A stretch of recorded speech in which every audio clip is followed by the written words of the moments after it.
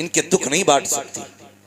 कितनी तस्वीरें तो ऐसी हैं जिन्होंने इंसानियत को बस यूं समझे हिला के रख दिया।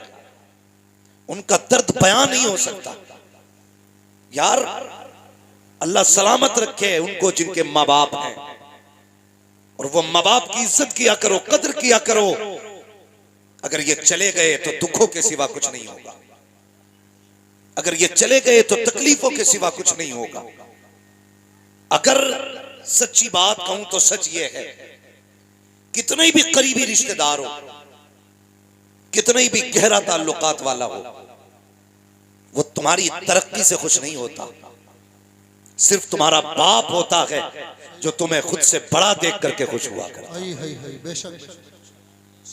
ये सच्चाई सिर्फ बाप के रिश्ते में है जो तुम्हें बड़ा देख के खुश होता है।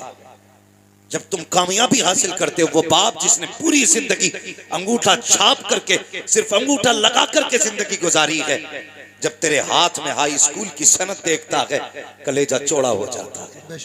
जब तुझे अच्छी डिग्री के काबिल देखता है, वो फख्र करता है ये मेरा बेटा है। तू MBBS बने, वो कहता है ये मेरा बेटा है। तू हाफिज कुरान बने, वो कहता है ये मेरा बेटा है। तू कारी कुरान बने, वो कहता है ये मेरा बेटा है। यार जिसे जिंदगी में किसी ने सलाम ना किया, अगर वो तुझे सलाम करते हुए लोगों को देखता है, फख्र से कहता लोगों ये मेरा बेटा है। जिसके लिए दुनिया कभी खड़ी ना हुई, अगर औलाद के लिए उठता देखे, कहता ये मेरा बेटा है। ए बाप बता तो सही, तुझे क्या मिला? ना तुझे इज्जत मिली, ना तुझे सलाम मिला, ना किसी ने तेरे लिए ताज़ीम के लिए दो जुमले कहे। जो कुछ कहा गया बेटे के लिए कहा गया। बता तू खुश क्यों हुआ? तो बाप कहता है तुम नहीं देखते हो, इसके कद में मेरा कद नजर आता है, इसकी बुलंदी में मेरी बुलंदी नजर आती है। जब दुनिया इसके आगे झुक के सलाम करती है, वो सलाम इसको नहीं इसके बाप को हुआ करता। सुभान अल्लाह, नारे तकबीर, नारे रिसालत, नारे हैदरी, सुभान अल्लाह। इसलिए सिर्फ बाप वो होता है, सिर्फ बाप होता है जो तेरी बुलंदी देख के खुश होता है। सिर्फ बाप होता है जो तेरी तरक्की से राजी होता है। अगर ये चला गया फिर नहीं मिलेगा। कदर किया करो इन रिश्तों की, ख्याल किया करो। अपने क्या होते कभी सोचा नहीं। हजरत जी गलत नहीं कह रहा, मुझे अनीस भाई ने बताया, बहुत खुशी हुई। कहते हैं आज तक हमारा परिवार अलग नहीं रहता है, वरना 4 पैसे कमाने के बाद बंदा 4 इंच की दीवार खड़ी करके कहता नहीं दरवाजा इधर मत खोलना, अपना दरवाजा उधर को रखना। ये जिंदगी हमारी हो गई है। सगा सगे की तरक्की देखने तैयार नहीं। अगर दीवार नीची है और पड़ोस में सगे भाई के घर से गोश्त की खुशबू आ जाए, सगा कहता है ये खुशबू आई कैसे? मैं इसे चटनी में बदल दूंगा, मैं इसके घी को पानी में बदल डालूंगा। हम दुनिया की दावत कर देते हैं लेकिन अपनों की नहीं। सबको खिलाएगा प्रधान, ठेकेदार, जमींदार, जमादार, सारे बैठ के खा गए, नहीं बुलाने जाता किसी अपने को। कहता गया तो मेरा कद छोटा हो जाएगा। तू पता है, तुझे जानता है अपने कौन होते? एक बंदे को कैंसर हो गया, बड़ा अमीर बंदा, और 25-35 साल से अमेरिका के अंदर था, दौलत बहुत कमाई, कैंसर हुआ। डॉक्टरों ने कहा बस तू 2 महीने का मेहमान है, नहीं बचेगा, घर चला जा। जिसके पास सारा पैसा था, जो चाहता खरीद लेता, लेकिन जब डॉक्टरों ने कह दिया तो सब कुछ खरीद सकता है लेकिन सांसें नहीं खरीद सकता है, सांसें नहीं खरीद सकता। और यार इनकी इज्जतें किया करो, इनकी कदर किया करो। जहां डॉक्टरों के नुस्खे फेल हो जाते हैं, वहां से कुरान के नुस्खे शुरू हुआ करते हैं। लेकिन हम इनसे दूर हैं। अब्बा भी कहता मौलवी के धोरे मत जाइए, बड़ा दकियानूस है, पुरानी सोच रखता मौलवी, मौलवियों में मत बैठना, इनकी सोच पुरानी है। कसम खुदा की जब सारी अक्लें फेल होती हैं तब यही पुरानी अक्ल काम आया करती है। डॉक्टरों ने कह दिया नहीं बचेगा, 2-3 महीने का मेहमान है, जा मिल ले अपने परिवार से, मौज कर अपने घर जाकर। जिसकी जिंदगी के 2 महीने रह जाएं, उसे पता हो मैं 2 महीने जीऊंगा, कभी मुस्कुरा सकता है? 2 महीने का यार, अगर ये बता दिया जाता इसकी जिंदगी 50 साल है तो बंदा कभी 50 साल मुस्कुराता नहीं। अगर मौत का दिन बता दिया जाता तो कोई दीवार तो क्या एक ईंट नहीं लगाता, इसलिए कि मौत से डर लगता है। जब उसको डॉक्टर ने कह दिया तू नहीं बचेगा, 2 महीने का मेहमान है, फिर सोचने लगा कहां जाऊं, बड़े बड़े डॉक्टर फेल हैं। फिर दिल ने कहा यार चल किसी अल्लाह वाले के पास चलते हैं, सुना है दुआएं बड़ी काम आया करती हैं। एक मजसूब की चौखट पे गया, उससे कहने लगा डॉक्टरों ने लाइलाज कर दिया है, मुझे कैंसर है। कहा 2 महीने का मेहमान हूँ। उसने कहा कहाँ का रहने वाला है? कहा फला मुल्क का रहने वाला हूँ। कहा पता अपने मुल्क कब से नहीं गया है? उसने कहा 35 साल हो गए हैं अपने मुल्क नहीं गया। कहा क्यों नहीं गया? का दौलत की भूख इतनी थी कि मैं अपनों को भूल गया था। अल्लाह अकबर। उसने कहा अगर जिंदगी चाहता है जा अपने वतन वापस चला जा, और जितने दिन जिंदा है उतने दिन जा करके अपने रिश्तेदारों की दावतें कर, उनको दस्तरखान पे बैठा मुस्कुरा के बातें किया कर, अपने खाने में उनका खाने को हिस्सा कर ले। अल्लाह अकबर। पलट करके आया, 1.5 महीने तक सारे रिश्तेदारों को बुला करके दस्तरखान पे खिलाता रखा। पलट के मजसूब की चौखट पे गया, का दर्द अब नहीं होता है, तकलीफ अब नहीं होती है। का 1.5 महीने तक मैंने अपनों को खिलाया है, जो रूठा था मना के खिलाया, जो नहीं आया बुला के खिलाया, जिसने दरवाजे बंद किए दरवाजे खटखटा के बुलाया। का जाप जाके चेकअप करा। जब चेकअप कराया गया तो जिसके डॉक्टरों ने यह ऐलान किया था अब ये 1.5 महीने से ज्यादा नहीं जिएगा, चेकअप के बाद बताया का बता तो सही वो कौन सा डॉक्टर था जिसने तेरा इलाज कर दिया है, जो कैंसर खत्म न होने वाला था 1.5 महीने में कैसे चला गया? उसने मुस्कुरा के कहा था ये वो डॉक्टर है जो मुर्दा घोषित करते हैं, एक हमारा डॉक्टर है जो मुर्दों को जिंदगी देता है। बरेली से आवाज आती है जिनके तलवों का धोबन है, आबे गयात है वो जाने मसीहा हमारा नाम। सुभान अल्लाह। नारे तकबीर, नारे रिसालत, नारे हैदरी, मसलके आला हजरत फैजाने गौसे आजम। अपनों को वक्त दिया करो, अपने दस्तरखान पे अपनों के हिस्से रखा करो। हाँ आज हम सबको बुला लेंगे, हालात जानते हैं अपनी हालत। देखो गाड़ी उठाएगा, चाबी लगाएगा, किधर जा रहा है? कि मुंह बोली बहन की बेटी का बर्थडे है, पूरा संबल छान मारेगा, गिफ्ट समझ में नहीं आया। मुरादाबाद गया, मुंह बोली बहन की बेटी है। जानवर तुझे मुंह बोली बहन का रिश्ता तो प्यारा है, सगी बहन का रिश्ता प्यारा नहीं है। हजरत जी सगी बहनें रो रही हैं कि भाई एक दिन बुलाने नहीं आया।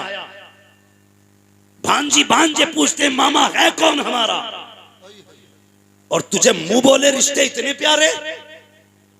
कसम खुदा की खा के कहता हूं, माँ के बाद अगर कोई माँ का प्यार दे सकती है तो वो बहन दे सकती है।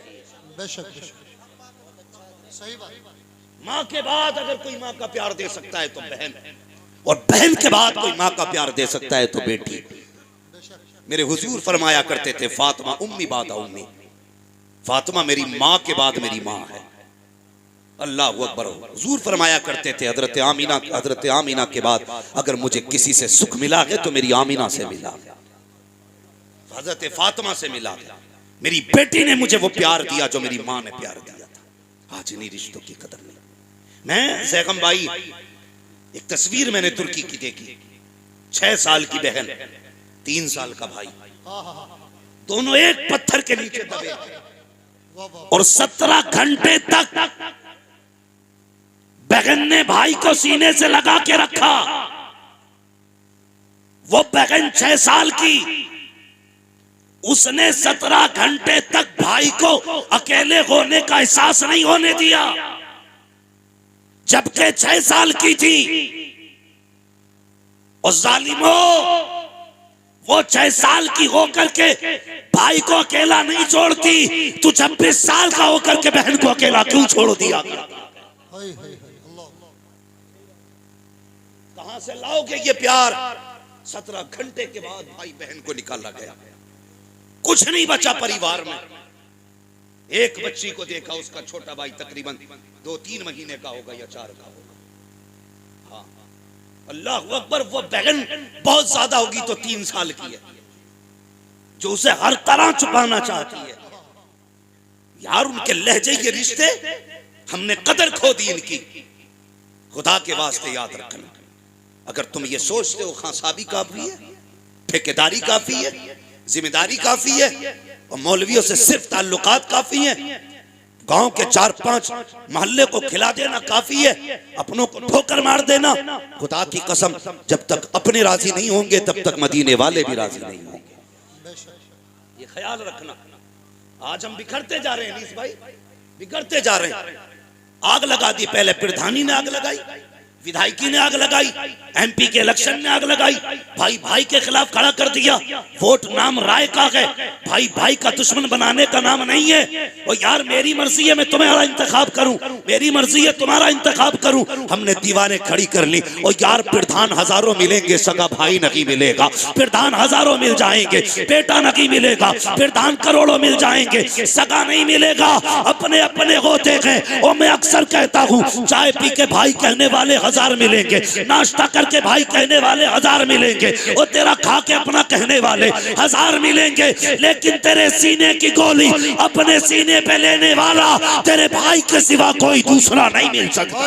सुभान अल्लाह, बेशक खो दिया तूने, क्या बात है, किसे खो दिया तूने? हाँ, ख्याल किया करो यार, रिश्तों की कदर किया करो। आज बस्तियां वीरान होती जा रही हैं, कब्रिस्तान आबाद होते जा रहे हैं, कब्रिस्तान आबाद होते जा रहे हैं। पूरी जिंदगी अगर दौलत ना तुम हाथ पे लेके घूमते फिरो, मेरे बाप का चेहरा दिखा दो, मेरे भाई का चेहरा दिखा दो, सारी दुनिया लेकर भी कोई तुम्हें तुम्हारा भाई नहीं लौटा सकता, तुम्हारा बाप नहीं लौटा सकता। ये रिश्ते हैं हमारे अपने।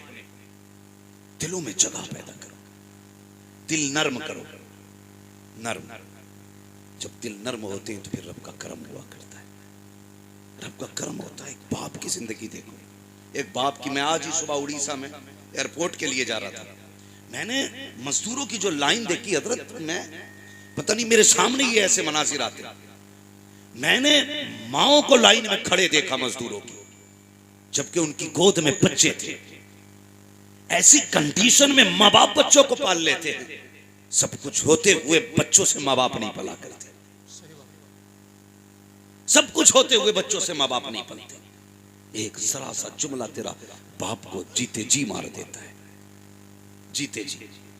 वो कौन सा जुमला जब हम कहते हैं तुम्हारे लिए कमाई अपने बच्चों के लिए, ये जुमला बाप को जीते जी मार देता है। जब बाप दवा का पर्चा बेटे के हाथ में निकाल के दे, ओके बेटे पिछले साल ये सिरप ला के दिया था, खांसी रुक गई थी, इस बार भी ला देना, और बेटा उसे समेट के मुंह बिगाड़ के फेंक दे, मेरे पास वक्त नहीं है, तो बाप के जिस्म का पूरा खून एक बार रुक जाया करता है, एक बार रुक जाता है। वो अपने आप से पूछता है इससे रिश्ता क्या है मेरा। रोते हुए अपनी बूढ़ी बीवी के पास जाके कहता काश इसको हमने पैदा होते ही मार दिया होता, तो आज हम घुट घुट के न मरते, घुट घुट के न मरते। पूछती है क्या हुआ मेरे सरताज? कहा जिसने मेरी दवा का पर्चा फेंक दिया। क्या मैं इसका बाप नहीं हूं? क्या मैं इसका बेटा नहीं हूं? अल्लाह अकबर। जब ये बातें होती हैं तो फिर माँ बाप की जबानों से बद्दुआ निकलती है, और अगर वो बद्दुआ दे दें तो दुनिया का कोई पीर तेरी तकदीर नहीं संभाल सकता है। याद रखना, कोई पीर नहीं संभाल सकता। गलत नहीं कह रहा हूं हजरत मैं। आप देखो जाकर के मजारों पे इतनी भीड़ लगी पड़ी है कि चादर चूमने का नंबर नहीं आ रहा, चादर चूमने का नंबर नहीं आ रहा, और मुजाबिरों की मौज आ रही है, गदगद हो रहे हैं। इतना पैसा गोलकों में है कि गिनने वाले नहीं मिल रहे।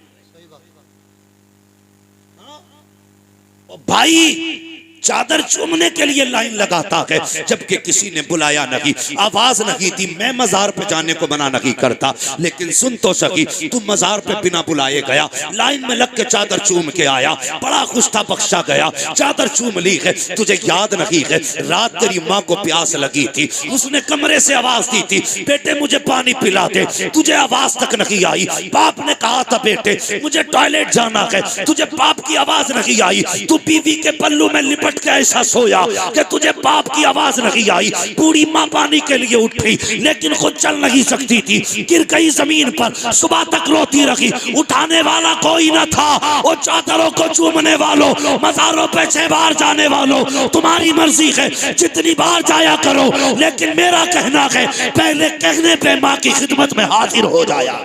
सुभान अल्लाह, बेशक। नारे तकबीर, नारे रिसालत, नारे हैदरी, नारे हैदरी, नारे गौसियत। अल्लामा मुफ्ती हम्माद साहिब क़िबला। सुभान अल्लाह। आज बाप है तो कदर नहीं है, आज माँ है तो इज्जत नहीं है। हाँ, इज्जत नहीं। मैं तो नहीं बता सकता शुएब भाई के दिल पे इस वक्त क्या गुजरती होगी। बाप के बगैर ये जिंदगी कैसे महसूस करते होंगे, नहीं जानता भाई, मैं नहीं जानता। इसलिए कि बाप का दर्द सिर्फ यतीम जानता है, और ये ऐसा दाग होता है जो जिंदगी में कभी नहीं जाता। जब जब खुशी आती है तब तब आंसू आएंगे, जब जब कामयाबी होगी तब तब आंसू आएंगे। क्यों? दिल ये कहेगा काश आज वो होता जिसने मुझे ऐसा बनाया था, मेरी कामयाबी देखता तो कितना खुश होता। ये ख्याल उड़ाता है पूरी जिंदगी। आज वो गए तो खुशियों में शामिल नहीं, आज वो गए तो दस्तरखान पे हाजिर नहीं। बाप इंतकाल कर जाए, सैगम भाई कई लोगों ने कहा यार तू बहुत बड़ा मुकर्रिर है, कहते लोग समझते हैं, हालांकि मैं कुछ नहीं हूं, ये सब तुम्हारा कर्म है, आका के बात अब तक बनी हुई है, मैं कुछ नहीं हूं। लोग कहते बड़ा मुकर्रिर है तू, कोई ऐसा वजीफा बता, मेरा जी चाहता मैं अपनी माँ का चेहरा देखूं, मैं अपने बाप को देखूं। जब से गए मैंने आज तक ख्वाब में नहीं देखा, मैं उन्हें देखना चाहता हूं, मैं उनकी कब्र पे जाऊं तो मुझे नजर आ जाए। ये लोग कहते हैं, मैं कहता हूं किसी तावीज की जरूरत नहीं है, किसी वजीफे की जरूरत नहीं है। अगर तुम्हें अपने बाप और माँ को देखना है, सिर्फ इतना कर, एक दिन थोड़ा ज्यादा करके खाना बना, सारी बहनों को दावत दे, सारे भाइयों को दावत दे, एक दस्तरखान पे बैठो और हंस हंस के खाने खाओ, फिर सबके चेहरे देखना, किसी बहन के चेहरे में माँ का चेहरा दिखाई देगा, भाई के चेहरे में बाप का चेहरा दिखाई देगा। और यार अपनों को बैठा करके कभी हंस लिया करो, किसी वजीफे की जरूरत नहीं है, तेरे एक ही दस्तरखान पे माँ का चेहरा भी दिख जाएगा, बाप का चेहरा भी नजर आ जाएगा। सुभान अल्लाह, क्या बात है बाबा, या रसूल, या वाह वाह वाह वाह।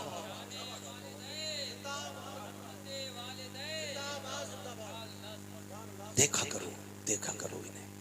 और जानते हो, हमने ना खाली माँ की फजीलत सुनी तो फिर बाप को तो बाहर ही डाल दिया।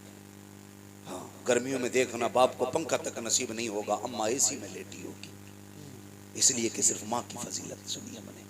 बाप को नहीं जानते? खुद जरा दिल पे हाथ रख के बता, जिसके कदमों के नीचे तेरी जन्नत है, फिर उसकी जन्नत जिसके कदमों के नीचे है, उसकी अपनी शान क्या होगी?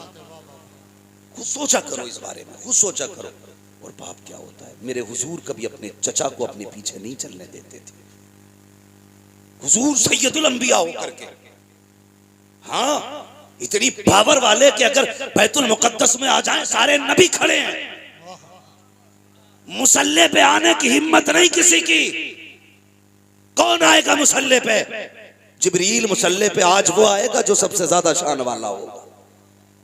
कौन आया? फिर मेरे नबी मुसल्ले पे आए, मेरे नबी मुसल्ले पे आए।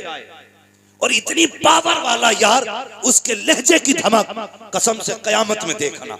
फकत इतना सबब है इनेकाते बज़्म महशर का कि उनकी शान महबूबी दिखाई जाने वाली, उसके लहजे की धमक पुलसिरात पे देखना, मीजान पे देखना, मीजान पे देखना, अमल तुल चुके, फैसला हो चुका, बंदा गुनाहगार है, हुक्म हुआ खचेड़ो जहन्नम की तरफ लेके चलो, बेड़ियां पड़ गई, हथकड़ियां लग गई, फरिश्ते लेके चले, इतने में तेरे मेरे महबूब आएंगे। वो मुड़ के कहेगा या रसूल अल्लाह मेरी मदद फरमाए। हुजूर आके कहेंगे ठहर जाओ, क्या मसला है? फरिश्ते कहेंगे हुजूर अमल भी तोला गया, गुनाह ज्यादा है, नेकियां कम है, फैसला हो चुका, ये जहन्नम जाएगा। जानते हो मेरे हुजूर कहेंगे फरिश्तों छोड़ो इसे, पहली आवाज पे फरिश्ते छोड़ देंगे। फिर आका कहेंगे फिर से अमल तोलो। हिम्मत नहीं है किसी फरिश्ते में, ये धमक है मेरे महबूब के लहजे की, हिम्मत नहीं है कोई ये कह सके तुल गए। कोई ये कह सके नहीं नहीं अब नहीं होना है, अल्लाह की तराजू है, नहीं महबूब कहेंगे फिर तोलो, फिर अमल तोले जा रखे हैं। अब जब अमल तोले जाएंगे तो अब गुनाह कम हो जाएंगे, नेकियां बढ़ जाएंगी, फरिश्ते कांपने लगेंगे, मालिक तराजू तेरी, फैसला तेरा, इंसाफ तेरा। अभी तोला था गुनाह ज्यादा थे, अब तोल रहे हैं, अब नेकियां ज्यादा है। रब फरमाएगा फरिश्तों देखते नहीं हो, मीजान पे महबूब आके खड़ा हो गया है, अगर ये खड़े हो करके अमल तुलवाए फिर भी गुनाह ज्यादा हो जाए, ये मेरी रहमत को गवारा नहीं हो सकता। सुभान अल्लाह। नारे तकबीर, नारे रिसालत, नारे हैदरी, अज़मत रसूल पाक मुफ्ती हम्माद साहिब क़िबला। सुभान अल्लाह। ये उनके लहजे की धमक, अल्लाह अकबर। वो पैगंबर, कभी आपने ना अपने चचा को अपने पीछे नहीं चलने दिया, नहीं चलने दिया। क्या फरमाया करते थे आका? फरमाते थे चचा मेरे पीछे ना चला करो, लोग कहते हैं आपकी शक्ल मेरे बाप अब्दुल्ला से मिलती है, जब तुम पीछे चलते हो तो लगता है कि अब्दुल्ला मेरे पीछे है। अल्लाह अकबर। वो खुदा के वास्ते कदर करो बाप की भी, इज्जत करो बाप की भी। ये वो दरख्त है ना जो अपने जीते जी अपने बेटे पे कभी धूप नहीं पड़ने देते, औलाद पे कभी धूप नहीं पड़ने देता। ये वो दरख्त है जो अपनी औलाद पर धूप नहीं पड़ने देता। ये वो दीवार है जो अपने बाप अपनी औलाद तक किसी आंधी के झोंके को नहीं आने देता। बाप अगर घर में बिस्तर पे भी पड़ा है ना तो औलाद के लिए चट्टान होता है, चट्टान होता है औलाद के लिए। इसलिए गुजारिश है, इज्जत किया करो बाप की, कदर किया करो, और इनके सामने कभी ऊंची आवाज में बात न किया करो, न किया करो। जब कहते हो ना तुमने हमें दिया ही क्या है, तुमने हमारे लिए किया ही क्या है, ये बड़ा मुश्किल जुमला होता है, बड़ा मुश्किल। मेरे एक मिलने वाले, और मैं नाम नहीं लूंगा, तो वो एक दिन मुझसे कहने लगे मौलाना मैं बच्चों की जमीन के लिए ना, ताकि इनकी जमीन बची रहे, मैंने जेलें काटी हैं, अपनी औलाद की जमीन बचाने के लिए। लोग, अकेला था मैं बाप का, दुश्मनों ने पूरी ताकत लगाई कि ये मर जाए, इसकी जमीन हम हड़प लें, जेल चला जाए, जमीन बिक जाए। वो कहता है कि मैं औलाद की खातिर जेल काट के आया ताकि इनकी जमीन बच जाए। आज मेरी औलाद जब मुझसे कहती है कि तुमने हमारे लिए क्या किया है, तो कहता है यहाँ का पसीना तलवे में निकल जाता है, तलवे में निकल जाता। उस बाप के जुमले क्या थे? उसने कहा था मौलाना सच बात ये है, ये मुझसे पूछते मैंने इनके लिए क्या किया है। वो कहता पैदा करने वाले की कसम, जायदाद छोड़ो, दौलत छोड़ो, तालीम दी, बिजनेस दिया, सब छोड़ दो, मैंने जो इनके नाम रखे हैं ये उसकी कीमत नहीं अदा कर होता है। वो कहते हैं जो मैंने इनके नाम रख दिए हैं ये उसकी कीमत नहीं अदा कर। इसलिए तुमसे गुजारिश है मेरे बच्चों, अल्लाह तुम्हें जवानियां दे और होश में आओ, कभी बाप को तकलीफ न देना, कभी बाप को दुख न देना, वरना अगर ये चला गया हमेशा उस कांधे को तरस जाओगे जिस पे रख के तुम सर रोया करते थे। नहीं मिलेगा कोई तसल्ली देने वाला, वरना दुनिया इतनी अजीब है, लोग रो के सुनते हैं, हंस के उड़ा देते हैं। तुम्हारे दुखों को दुखों की तरह सुनेंगे, फिर मौज करेंगे तुम्हारे हटते ही, हंसी उड़ाएंगे तुम्हारी। सिर्फ एक बाप है जो तेरे आंसू देख के रो देता है। इसलिए मेरी गुजारिश है, इज्जत किया करो बाप की, कदर किया करो माँ की। ये बहुत कीमती रिश्ते हैं, बहुत कीमती रिश्ते। सुना होगा एक दिन हजरत मूसा कलीमुल्लाह ने अर्ज की थी, मेरे मालिक वो बंदा कौन है जो जन्नत में मेरे साथ रहेगा? अल्लाह ने फरमाया महबूब मूसा देखना चाहते हो? कहा जी। का फला मकाम पे चले जाओ, उसकी दुकान है। गए, जाके देखा गोश्त काट रहा था, चक्कर में थे कौन सी नेकी इसने की है कि कलीम के साथ जन्नत में रहेगा। आप बैठ गए, बताया नहीं मैं कौन हूं, वो भी नहीं जानता था चेहरे से। बैठे रहे, सुबह से शाम हो गई, गोश्त काट के बेचता रहा। आपने देखा कोई नेकी भी इसने नहीं की। फिर सोचने लगे शायद रात को ये कयाम करता होगा। जब वो दुकान बंद करके चलने लगा ना, तो आप भी पीछे पीछे हो लिए। अब आपका तो वो अपना वतन था नहीं, उसने आपको चलते देखा, चेहरा नबी का चेहरा था, और नबी के चेहरे में वो कशिश होती है जो उसे देखता है देखते ही रह जाता है। देखा, कहने लगा ओ हसीन चेहरे वाले, कहीं बाहर से आए हो? फरमाया जी परदेसी हूं। कहा अच्छा, वो लोग कितने अच्छे थे। कहा परदेसी हो। कहा हाँ। कहा फिर? कहा अगर इजाजत दे तो एक रात तेरे घर गुजारना चाहता हूं। उसने कहा ज़हे नसीब, मेहमान मेरे घर आए। ले गया बुला के। आप इस मकसद से गए थे कि देखे कौन सी इबादत करता है। फरमाते मैं देखता रहा। घर में गया, उसने जाके सबसे पहले खाना पकाया, तैयार हो गया खाना। आके कहता है मेहमान माफ करना, अगर तुझे अकेले खाना है तो अभी खा ले, और मेरे साथ खाना है तो इंतजार करना पड़ेगा। तो हज़रत मूसा सोचने लगे कि हो ना हो इसी बीच में कोई नेकी करता है। फरमाते उसने खाना बनाया, तैयार किया खाना, तो उसने फिर उसकी बूढ़ी माँ जो बहुत कमजोर हो चुकी थी, किताबों में यहाँ तक लिखा है कि पुटरिया में टंगी हुई थी, वो पुटरिया उतारी, उतारने के बाद उसे रखा, उसका मुंह धुला, खाना आगे रखा, अपने मुंह से चबाता और उसके मुंह में लुकमे देता। अल्लाह के कलीम देख रहे हैं सारा मंजर देख रहे हैं। जब वो खा चुकी, उसने कहा बेटे मैं खा चुकी, अब तू खा ले। उसने कहा, फिर वो औरत ने जब खाने के बाद ना हाथ उठाए, वो कुछ कह रही थी, वो बेटा हंस रहा था। हजरत मूसा कहने लगे क्या कहा तेरी माँ ने? उसने कहा छोड़िए जनाब, ये तो ऐसी बातें करती है। कहा क्या कहा? कहने जब ये दुआ के लिए हाथ उठाती है तो वो मांगती है कि जो समझ में नहीं आता मिल जाएगा। कहा क्या? कहा जब भी हाथ उठाती कहती है अल्लाह मेरा बेटा खिदमत करता है, इसके बदले में बस इतना चाहती हूं कि जिंदगी में मुझे मूसा का चेहरा दिखा दे और मेरे बेटे को जन्नत में मूसा का साथ अता फरमा दे। वो हंस के कहता देखिए जनाब, ये मेरी माँ ऐसी दुआ करती है, क्या ये हो सकता है? कहां कलीम, कहां मैं, और ये मेरी माँ का तो हाल देखो, बेटे से कितना प्यार करती है, जन्नत में कलीम का साथ मांग रही है। इतना सुनना था, अल्लाह के नबी की तबस्सुम आया चेहरे पे, मुस्कुरा के उठे, कहने लगे परेशान क्यों होता है, ले आज तेरे आज रब ने तेरी माँ की दुआ कबूल कर डाली है। कहा कहना क्या चाहते हो? कहा जो तेरे सामने बैठा है ये कोई और नहीं है बल्कि अल्लाह का कलीम मूसा आया है। कह दे इससे तू भी दीदार कर ले, ये भी दीदार कर ले, और रह गई जन्नत में जाने की तो रब ने बता दिया है जन्नत में मेरे साथ कोई और नहीं रखेगा बल्कि तू ही रहे। अल्लाह अकबर। ये माँ होती है, ये माँ होती है जो गैर मुमकिन को मुमकिन बना देती है। हाँ, गैर मुमकिन को मुमकिन बना देती है। कहा था ये कहती है हो जाएगा ऐसा, फरमाया हो चुका है। अल्लाह अकबर। ये माँ है, मगर मसला ये अलग है। हम वहां जा रहे हैं तावीज़ कराने, जिसके हाथ में 10 अंगूठी हैं, बाल कमर तक हैं, ठीक है, और मूछें यहाँ तक आ रही हैं, दिल में नमाज पढ़ता है, जाहिर में खाना खा रहा है, यहाँ बैठे बैठे हरम के कुत्ते मार रहा है। उसके पास जा रहे हो भाई, उसके पास जा रहे हो? ये उलमा बैठे हैं, जिम्मेदारी के साथ कह रहा हूँ।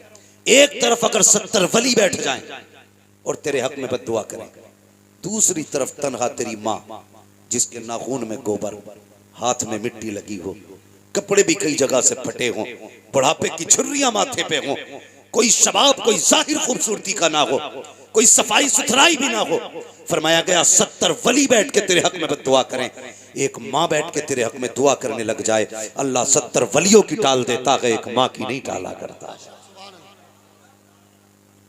ये माँ होती है, इसलिए कदर किया करो माँ की, इज्जत किया करो माँ की, अल्लाह से दुआओं में मांगा करो, अल्लाह में माँ बाप का फर्मा बरदार बना, वरना आप कलम वाले हो, कोट वाले हो, जायदाद वाले हो, कुछ भी हो, माँ बाप के नहीं हो तो कुछ भी नहीं हो, कुछ भी नहीं। आज जेब पे कलम लग जाए ना, जेब पे जरा सा कलम लग जाए तो फिर उसकी सारी पावर अब्बा को ही दिखा रहे, अब्बा को दिखा रहे। अगर बाप ने कह दिया अल्लाह इधर को हटिए, ये अल्लाह इधर को हटिए, कह रहा दिखते नहीं हो, ड्रेस गंदी कर दी। और बेगैरत जिसके हाथों पे मिट्टी बता रहा है ना, तो अगर इसने अपने गंदे कपड़े पहन के मजदूरी ना की होती ना, आज तेरे बदन पे साफ कपड़े नहीं होते। हाँ, तेरे बदन पे साफ कपड़े नहीं होते।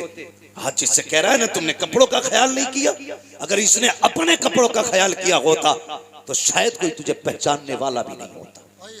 हाँ, कभी ख्याल आया करे ना वो क्या मेरे सामने, वो क्या मेरे सामने। मैं एक बात और कह के जाना चाहता हूँ, खुदा के वास्ते, जिस तरह बाप की इज्जत करते हो ना, बाप के बाद बड़े भाई की भी उतनी इज्जत किया करो, उतनी इज्जत किया करो बड़े भाई की। इसलिए जैगम भाई बाप के बाद भाइयों को बड़ा भाई बाप बन के पाला करता है, बाप बन के पाला करता है। कई भाइयों को मैं ऐसों को जानता हूं, ये आंखों देख की बात है, कोई किताबी नहीं है जो हवाले मांगो मुझसे। आंखों देख की बात है कि भाइयों ने मजदूरी करके छोटों को पढ़ाया। आज जब वो सर्विस पे लगे, वो कल भी मजदूरी कर रहा था, आज भी कर रहा है। न कल उसके बच्चों का ठिकाना था, ना आज उसके बच्चों का ठिकाना है। और सारी चमक उसी गरीब को दिखाई जाती है। डर अल्लाह से, डर अल्लाह से। उसके हाथ में ठेला है, उसका कोई कसूर नहीं है। तेरे हाथ में कलम है, तेरा कोई कमाल नहीं है। ये सारे फैसले कुदरत के हैं। वो जिसे चाहता है फर्श पे डाल देता है, जिसे चाहता है अर्शों पे उठा देता है। इसलिए कदर किया करो रिश्तों की, खास करके उनकी तो ज्यादा कदर करना जिन्होंने जिंदगी तुम्हारे लिए लुटा दी, जो जिंदगी तुम्हारे नाम कर देते। एक जमीन के इतने से टुकड़े की खातिर किसी पे हाथ ना उठाना, मैंड की खातिर, कमरे की खातिर, बिस्तर की खातिर कभी ना लड़ना। सब्र रखा रह जाएगा, सब्र रखा रह जाएगा। ये रिवायत हजरत अली की तरफ भी मंसूब है और हजरत मूसा कलीमुल्लाह की तरफ भी मंसूब है कि दो लोग आपस में जमीन के लिए लड़ रहे थे। एक कहता था मेरी है, दूसरा कहता था मेरी है। तो हजरत मूसा कलीमुल्लाह आ गए, वो कहने लगा कि आप फैसला कर दें जमीन किसकी है। आपने फरमाया जमीन तू ही बता किसकी है। जमीन ने सबक सिखाने के लिए जवाब दिया था। उसने कहा इन दोनों से कह दो, ना मैं इसकी हूं ना मैं इसकी हूं, इन्हें बता दो ये दोनों ही मेरे हैं। जमीन किसी की नहीं हुई है, सब जमीन के होने हैं, सब जमीन के होने हैं। इसके लिए ना लड़ा करो। ये तो आई गई, तुमसे पहले नवाबों के पास तो इतनी थी कि वो चल नहीं पाते थे अपनी जमीनों में, घूम नहीं पाते थे अपनी जमीनों में। 600 नौकर रहते थे उनके दरबारों में, खाली जमीन देखने के लिए। हैं? आज 4 बिगल्ली है, फट गया, रोड पे आ गई तो मर गया। फिर कद नीचे थोड़ी आ रहे हैं, अगर हाईवे पे आ गई है तो। सही है बात। 4 बिगल्ली हाईवे पे आई है, मर गया, 3 करोड़ का रेट मिल गया। तू 3 का ना 30 करोड़ का बेच ले, और कफन में जब लिपट के जाए हम तेरे हाथ देखने आएंगे, कितने लेके जा रहा है, कितने छोड़ के जा रहा है। कुछ नहीं लेके जाओगे, सिर्फ अमल लेके जाओगे, दुआएं लेके जाओगे अपनों की। किसी का दिल रखा है तो वो खुशियां आप लेके जाओगे, किसी को दुख से निकाला है तो वो मुबारकबादियां आप लेके जाओगे। वरना मैं ऐसे जनाजे भी मैंने देखे। एक साहब का जनाजा जा रहा था तो एक गैर मुस्लिम आया, बोले जरा रोको रोको, इनका जनाजा नीचे रखो, मुझे मुंह देखना है। लोगों ने रख दिया, यार करीबी है, पड़ोसी है, देखना चाह रहा, दिखा दो। जानते हो उसने कफन हटवा के क्या कहा था? उसने कहा था प्रधान वो जमीन के कागज किधर हैं जो तुमने मेरी जमीन पे कब्जा किया था। बेटों की शर्म से नजरें झुक गई थी। ये आंखों देखी वाली बात कर रहा हूं। वो कह रहा था वो जमीन किधर है जो तुमने मुझसे जबरदस्ती ली है, लेके जा रहे हो या छोड़ के जा रहे हो? ओ भाई अगर किसी ने जनाजा रोक के इतना कह दिया तो समझ लेना ना दुनिया में खैरियत है ना आखिरत में खैरियत है, ना आखिरत में खैरियत ना दुनिया में खैरियत। ऐसी जिंदगी जी के जा, तेरे जनाजे के पीछे कोई यतीम रोक के कहे अफसोस रोटी खिलाने वाला चला गया, अफसोस कोई पानी पिलाने वाला चला गया, अफसोस ईद पे कपड़े बनाने वाला चला गया। ऐसी जिंदगी जी के जा। कसम से कोई तीजा करे ना करे, कोई 40वां करे ना करे, बरसी की फाता हो ना हो, अपने पीछे ऐसे लोग छोड़ जाओ जो कहे मालिक हमारा सहारा गया है, कब्र में अपनी रहमत का सहारा दे दे। 40 में एक जगह है और गरीब यतीम की एक दुआ अपनी जगह पे असर रखा। इसलिए अपने पीछे से छोड़ के जाओ। मेरे हुजूर का जनाजा उठाना, अबू बकर सिद्दीक साथ में थे, गौर से सुनना। अबू बकर सिद्दीक साथ में थे। घर में से चीख के रोने की आवाज आई। फरमाने लगे कौन रोया? तो देखा एक बच्ची रो रही थी। तो आपने फरमाया क्या बात है? उसने कहा हम इसलिए रो रहे कि हमारे घर में कोई नहीं था करने वाला, मैं और मेरी दादी थी। हुजूर हमारी बकरियों का दूध निकालने आया करते थे, आज के बाद हमारी बकरियों का दूध कौन निकालेगा? मैं छोटी हूँ, दादी बूढ़ी, हम तो भूखे रह जाएंगे। अबू बकर सिद्दीक ने बच्ची को सीने से लगा के कहा था बेटी परेशान मत होना, ये हुजूर का करम है कि जाते जाते अबू बकर को तेरे घर का पता दे जा रहे हैं। अबू बकर को तेरे घर का पता दे के जा रहे हैं। फरमाने लगे बेटी आज के बाद अबू बकर आया करेगा। पूरी दौरे खिलाफत में आप उनके घर जाते, बकरियों का दूध दूते और उनको दे के आया करते थे। यार कम से कम ऐसी जिंदगी गुजार के जाओ, ऐसी जिंदगी गुजार के जाओ। हम तो अगर यतीमों पे हाथ भी रखते ना तो कैमरा पहले लगाते, फोटो पहले लेते थी। मैंने यतीम के सर पे हाथ रखा, मैंने गरीब को सीने से लगाया। ये क्या मसला है? पढ़ो ना आप तारीख। मदीने शरीफ में ना एक ऐसी बूढ़ी भी थी जिसका कोई नहीं था। जब काम तकसीम हुए ना, हजरत उमर फारूक आज़म और सहाबा कैसे लोग थे, कैसे लोग थे, नेकियां ढूंढा करते थे। कहीं काम मिल जाए ऐसा जिससे नेकी में, भाई इसे सही कर लो यार, कहीं काम मिल जाए ऐसा जिससे नेकी। पता चला एक बूढ़ी है जिसका कोई नहीं। हजरत उमर गए, दरवाजा खटखटा दिया, आवाज आई कौन? का मां तेरे दरवाजे पे आया हूं, मैं इजाजत दे तो आज से तेरा काम करूंगा, तेरे घर का काम आज से मैं किया करूंगा। बूढ़ी ने कहा नहीं बेटी, नहीं बेटे, तू घर के मेरे काम मत करना। आपने जिद की सिर्फ इसलिए ताकि नेकी मिल जाए किसी की मदद की। तो बूढ़ी कहने लगी तू है कौन? कहा अम्मा मुझे उमर कहते हैं, मुझे उमर कहते हैं, माँ इजाजत दे तेरे घर के काम करूं। तो माँ कहने लगी बेटे कोई है जो आता है मेरे घर का काम करके चला जाता है? हजरत उमर कहते हैं क्या नाम है उसका? तो बूढ़ी कहने लगी नाम तो उसने आज तक नहीं बताया, आज तक उसने नाम नहीं बताया, आज तक नाम नहीं बताया उसने। अच्छा फिक्र हुई कि चलो आता कब है? का रात को आता है या किसी भी वक्त आता है, काम कर जाता है। हजरत उमर कहने लगे देखूंगा कौन है वो। खड़े हो गए, आधी रात गुजरी ना, देखा कोई नंगे पैर दबे पैरों से आ रहा था, चेहरे पे कंबल पड़ा है। और जैसी दरवाजे पे आया हजरत उमर ने चुपके से आके कंधे पे हाथ रखा, आने वाले जरा नाम तो बता तू है कौन? अल्लाह अकबर, इतना सुना है। आने वाले ने जैसी कंबल चेहरे से हटाया, हजरत उमर फारूक आजम की चीख निकल गई। क्या देखते हैं वो छुप के आने वाला नबी का अबू बकर सिद्दीक है, वक्त का अमीरुल मोमिनीन है, अपने वक्त का खलीफा है। हैरत में है, कहते हैं अमीरुल मोमिनीन बता तो सही रात में क्यों आते हो? यार ताकि नेकी किसी पे खुल ना जाए इसलिए सन्नाटे में आता हूँ। कहा ये तो बताइए चप्पल जूता क्यों नहीं पहना? कहा इसलिए नहीं पहनता हूँ कहीं मेरी आहट से किसी की आंख ना खुल जाए, अगर आंख खुल गई तो बात पता चल जाएगी, अगर ये नेकी का पता चल गया तो हो सकता है कयामत में खुदा मुंह पे मार दे। और यार अबू बकर हो करके अगर नंगे पैर जा करके चुप करके नेकी करता है तो बता तुझे किसने हक दे दिया है कैमरे के आगे किसी गरीब की गरीबी का मजाक उड़ाया? क्या बात है, नेकी किया करो, किसी की गुर्बत का तमाशा न बनाया, मत बनाया करो तमाशा, किसी को जलील न किया करो। भाई नेकी ऐसे करनी है कि किसी को पता न चले, किसी को पता न चले, यतीम का घर भी चल जाए उसकी इज्जत भी रह जाए। हाँ हजरत आयशा सिद्दीक़ा रज़ियल्लाहु ताला अन्हा ने एक मर्तबा अपने भांजे को ना कुछ अनाज दिया, फरमाने लगी जाओ हमारी पड़ोस में फलां शख्स है बड़ा गरीब है, उसके यहाँ दे के आ जाओ। जाने लगे ना तो उम्मुल मोमिनीन ने बड़ी बात कही थी, फरमाने लगी जा तो रहा है बेटे लेकर के, पहली बात तो उसके हाथ में मत देना, दूसरी बात नाम मत बताना, हाँ नाम मत बताना। अल्लाह अकबर। वो गए, दिया यानी रखा, वापस आ गए, कहने लगे खाला ये बात समझ में नहीं आई, आपने नाम बताने से मना क्यों किया? फरमाने लगी इसलिए मना किया मैंने, अगर तुम उसे मेरा नाम बता देते कि फलां ने भेजा है तो जब भी कभी हमारी गली से गुजरता उसको शर्म आती कि इनका मुझ पे एहसान है। कहने लगी वो शर्मिंदा हो जाता और कहती आयशा नहीं चाहती मेरी वजह से हुजूर का कोई उम्मती शर्मिंदा हो।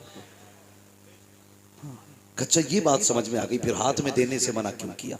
देखो यार इसे नेकी कहते हैं, हाथ में देने से मना क्यों किया? फरमाने लगी इसलिए कि हमेशा लेने वाला हाथ नीचे रहता है, देने वाला हाथ ऊपर रहता है। आयशा ये भी नहीं चाहती मेरी वजह से किसी का हाथ नीचे रह जाए, मेरी वजह से किसी का